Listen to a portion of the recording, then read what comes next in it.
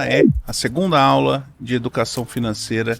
Obrigado por estar comigo em mais essa aula. É importante continuar falando de uma boa educação financeira que vai te dar um caminho muito mais tranquilo na jornada de rentabilizar capital, de buscar a independência financeira, de buscar todos os sonhos e objetivos. Nessa aula eu começo falando de por que a gente deve ter um orçamento. Toda formação de hábito exige disciplina e é muito mais fácil se manter fiel aos processos para a criação de um novo hábito se você tem um guia. A gente já falou isso de hábito e processo na última aula. O orçamento financeiro é um guia para te auxiliar no controle da sua vida financeira.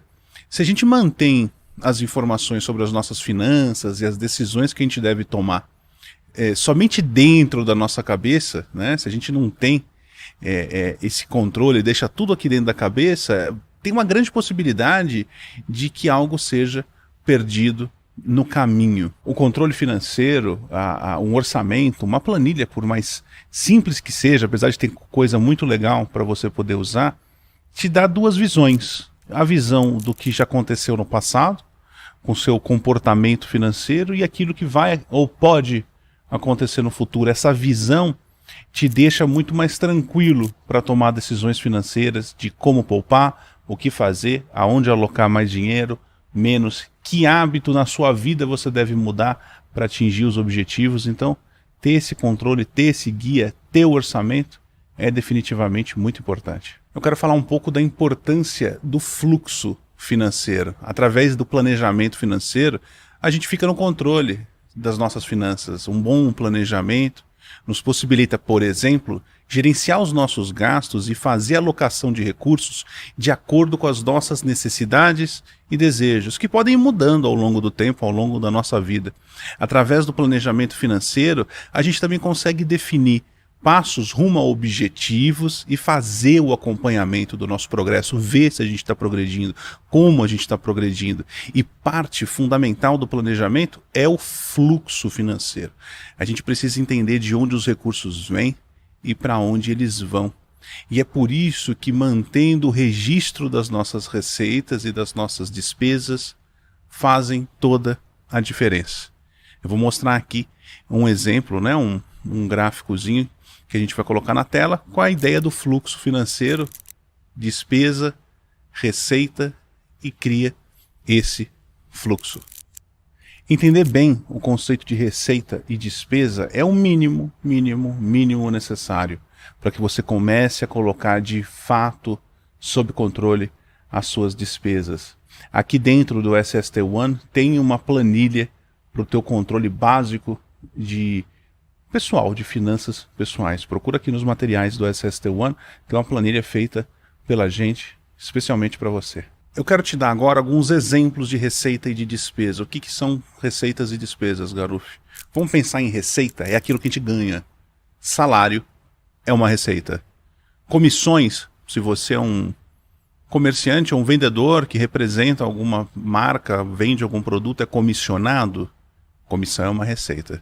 Investimentos, você tem investimentos, o investimento te gera frutos, dividendos ou outros, é uma receita. Aposentadoria, você já está aposentado? É também uma receita. O que são despesas do outro lado? Tudo aquilo que a gente gasta.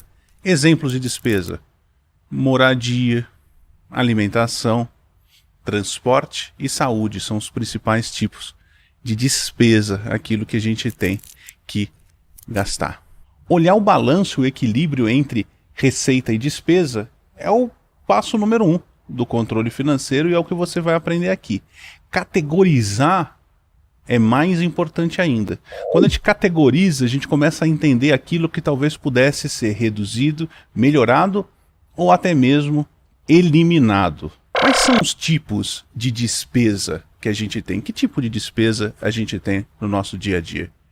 Vamos começar pelo primeiro pilar, que vai aparecer aqui em algum lugar na tela, que são as despesas fixas. É um tipo de despesa. São as despesas que têm o mesmo valor todos os meses. São as mais difíceis para reduzir. e levam um certo tempo para serem alteradas se a gente quiser. Um exemplo de despesa fixa: aluguel. Um outro: condomínio, se você mora num prédio ou num condomínio de casas, prestação de automóvel, plano de saúde. Despesas fixas têm um valor fixo e é o mais difícil de ajustar, porque exige uma mudança muito profunda no estilo de vida. Tem também um outro tipo de despesas, são as despesas variáveis, e está aqui do lado também. São despesas recorrentes, mas que não possuem um valor fixo, elas variam, porque elas estão associadas a consumo. São um pouco mais fáceis de reduzir se a gente precisa, como por exemplo, energia elétrica, água, internet e alimentação. Tem um outro tipo agora, são as despesas adicionais. São despesas não recorrentes, elas não acontecem sempre todos os meses. Exemplos de despesas adicionais: viagens, não acontece sempre, normalmente. Restaurantes, que podem ou não acontecer. Roupas, calçados e outros bens de consumo que não são fixas e não acontecem toda hora, todo momento. E por último, um quarto tipo de despesa importante de entender são as despesas extras. E essa é muito importante. E o planejamento financeiro pessoal se faz muito importante pelas despesas extras, porque as despesas extras são aquelas não programadas, são originárias de imprevistos, elas vêm de imprevistos e para as quais a gente sempre tem que estar preparado. Um exemplo de uma despesa extra: medicação. Tem que tomar um remédio por algum motivo, um dentista que você vai visitar, fazer um tratamento, uma manutenção de um carro, teu carro quebrou, não era uma manutenção planejada, ou alguma manutenção, algum conserto na tua casa. São esses os tipos de despesa, 4 importantes. Às vezes a gente tenta reduzir os custos pelo tipo, talvez, que não seja o mais rápido de fazer. Primeiro passo, entendendo os tipos de despesa, é olhar para cada um dos 4 tipos de despesa, né, e você pensar assim: aonde eu poderia reduzir com menos esforço? Aonde me deixaria menos infeliz? Porque às vezes a gente não quer abrir mão de tudo que a gente gasta, mas se você talvez classificar daquilo que te deixa mais feliz para aquilo que te deixa, que não faz diferença se você tem ou não. Isso é imprescindível. Eu tenho assinatura de streaming, eu adoro ver streaming, mas será que eu preciso também ter TV a cabo ou eu só preciso da internet? Mas eu gosto, às vezes passo futebol na TV a cabo. Quantas vezes isso acontece? Sempre? Não. Se tivesse que cortar um dos dois, qual que você cortaria? Com certeza você vai responder qual que vai te deixar mais feliz. Isso serve em todos os lugares. As despesas extras, normalmente, elas não são planejáveis. A gente sabe que vai acontecer, não sabe quando. Para isso que ter dinheiro guardado é importante. As adicionais, um pouco mais controlado. Uma viagem, você pode talvez postergar ou fazer uma viagem mais barata, num lugar mais próximo, com um custo menor.